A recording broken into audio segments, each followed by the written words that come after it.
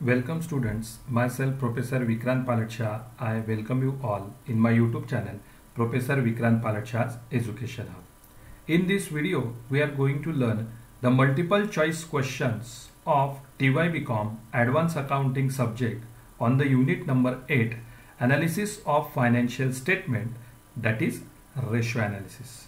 So the question number 1, it is when the concept of ratio is defined in respected to the items shown in the financial statement, it is termed as, and the options are option A accounting ratio, option B financial ratio, option C costing ratio, and option D mathematical ratio. And the correct option, it is option number A accounting ratio. When the ratios those are related to the financial statement, those ratios are called as the accounting ratio. Therefore the correct option, it is option number A. Next question number 2, liquidity ratios are expressed in option number A pure ratio form, option number B percentage form, option number C rate or time form, and option number D symbol form. And the correct option, it is option number A pure ratio form. Whenever the liquidity ratios are calculated, those are always expressed in pure ratio form. Therefore the correct option, it is option number A. Next question number 3, ratio analysis is a technique of dash dash of financial statement.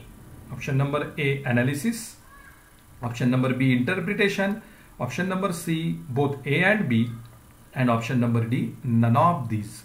And the correct option, it is option number C both A and B. Ratio analysis that is utilized for the analysis as well as the interpretation of financial statements. Therefore the correct option, it is option number C.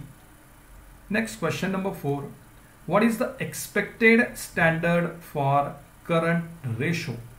Option number A 1:2, option number B 2:1, option number C 2:3, and option number D 1:3. And the correct option, it is option number B 2:1. Current ratio, it is the expression of current assets as to current liability, and therefore the standard expectation of this ratio is always 2:1, and therefore the correct option here, option number B. Next question number 5, net profit ratio shows the relationship between net profits and dash dash. Option number A gross sales, option number B net sales, option number C sales return, and option number D cost of sales.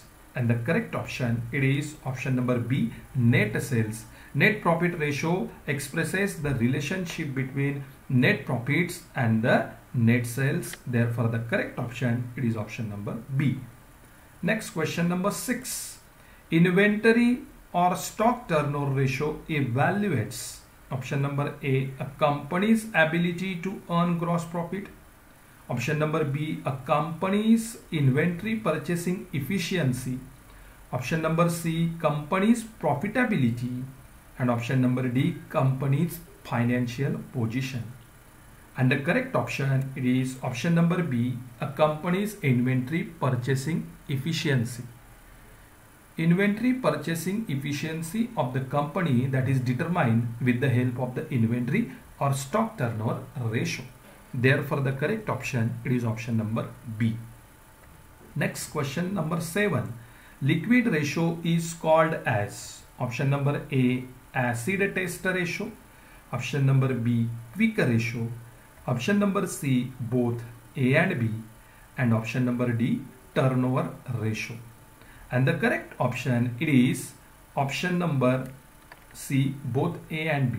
Liquid ratio is also called as quick ratio as well as the acid test ratio. Therefore the correct option, it is option number C. Next question number 8, quick assets is equal to option number A current assets minus stock, option number B current assets minus prepaid expenses, option number C current assets minus debtors, and option number D current assets minus stock minus prepaid expenses. And the correct option, it is current assets minus stock minus prepaid expenses quick assets are required to determine the quick ratio or acid test ratio, and those are calculated current assets minus stock minus prepaid expenses. Therefore, the correct option, it is option number D. Next, question number 9. Current ratio indicates the ability of the firm to meet its dash dash. Option number A, long-term financial obligations. Option number B, short-term financial obligations. Option number C, financial obligations. And option number D, all obligations. The correct option, it is option number B, short-term financial obligation. Short-term financial obligation, that is determined with the help of the current ratio. Therefore, the correct option, it is option number B. Next, question number 10. Debt to equity ratio establishes the relationship between shareholders fund and dash dash. Option number A, internal equities. Option number B, expenses. Option number C, external debts. And option number D, income. And the correct option, it is option number C, external debts. Shareholders fund and external debts. This relationship is called as the debt to equity ratio. Therefore, the correct option, it is option number C, external debts. Next, question number 11. Cost of goods sold is equal to sales minus dash dash. Option number A, purchases. Option number B, net profit. Option number C, expenses. Option number D, gross profit. And the correct option, it is option number D, gross profit. The formula of the cost of goods sold is equal to sales minus gross profit. Therefore, the correct option, it is option number D. Next, question number 12. Debtors turnover ratio determines the efficiency of dash dash. Option number A, debtors collection. Option number B, creditors collection. Option number C, sales. And option number D, purchases. And the correct option, it is option number A, debtors collection. With the help of the debtors turnover ratio, the efficiency of the debtors collection is determined. Therefore, the correct option, it is option number A. Next, question number 13. Gross profit ratio aims to determine the profit margin available on dash dash. Option number A, revenue from operation. Option number B, expenses. Option number C, sales. And option number D, loss. And here is the correct option. It is option number A, revenue from operation. How much revenue generated from the operation, that is determined with the help of the gross profit ratio, and therefore the correct option, it is option number A. Next, question number 14. Gross profit ratio is also termed as option number A, gross profit margin. Option number B, gross margin to net sales. Option number C, both A and B. And option number D, sales ratio. And here is the correct option. It is option number C, both A and B. Gross profit ratio is also called as gross profit margin as well as the gross margin to net sales. Therefore, the correct option, option number C, both A and B. Next, question number 15. Given sales is rupees 1,20,000 and gross profit is rupees 30,000. The gross profit ratio is option number A, 24%. Option number B, 25%. Option number C, 40%. And option number D, 44%. And now here, the correct option, it is option number B, 25%. Now, how we get the answer 25%? The explanation is, gross profit ratio is equal to gross profit upon sales into 100. Gross profit 30,000 divided by sales 1,20,000 multiplied by 100 is equal to 25%. Therefore, the correct answer, it is option number B, 25%. Next, question number 16. If sales is rupees 5 lakhs and net profit is rupees 1,20,000, then net profit ratio is option number A, 24%. Option number B, 41%. Option number C, 40%. And option number D, 50%. The correct option, it is option number A, 25%. How we get this? Explanation. Net profit ratio is equal to net profit upon sales into 100. Net profit 1,20,000 divided by sales 5 lakhs multiplied by 100. We get the answer, it is 24%. Therefore, the correct answer it is option number A, 24%. Next question number 17. Determine operating ratio. If operating expenses is rupees 60,000, sales is rupees 9,40,000 and cost of goods sold is rupees 6,40,000.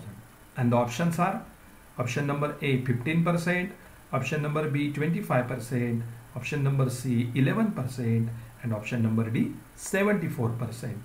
And the correct option it is option number D 74%. How we get this ratio? The explanation, the formula operating ratio is equal to cost of goods sold plus operating expenses divided by sales into 100.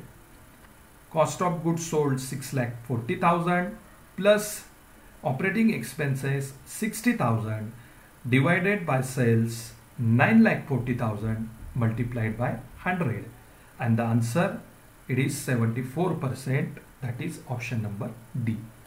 Next question number 18. If current assets is rupees 5 lakhs and current liabilities is rupees 1,50,000, current ratio is option number A 2.33:1, option number B 3.33:1, option number C 3.50:1 and option number D 2:1.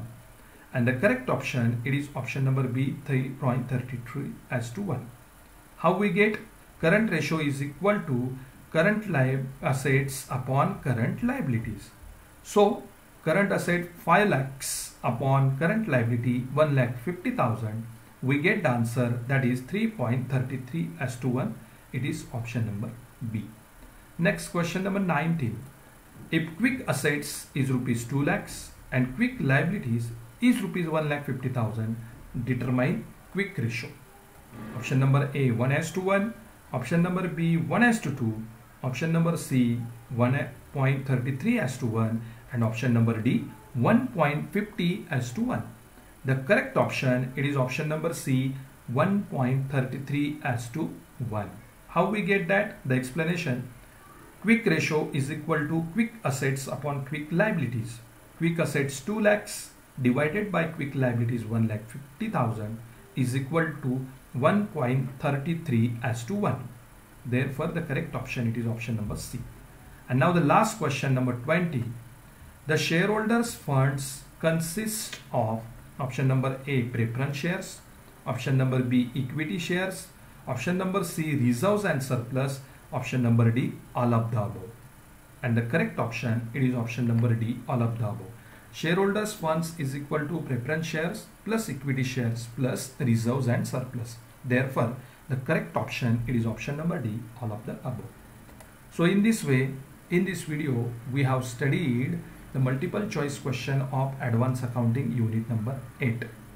I request all of you, for more videos like this, kindly subscribe my YouTube channel Professor Vikrant Palat Shah's Education Hub, as well as press on the notification icon.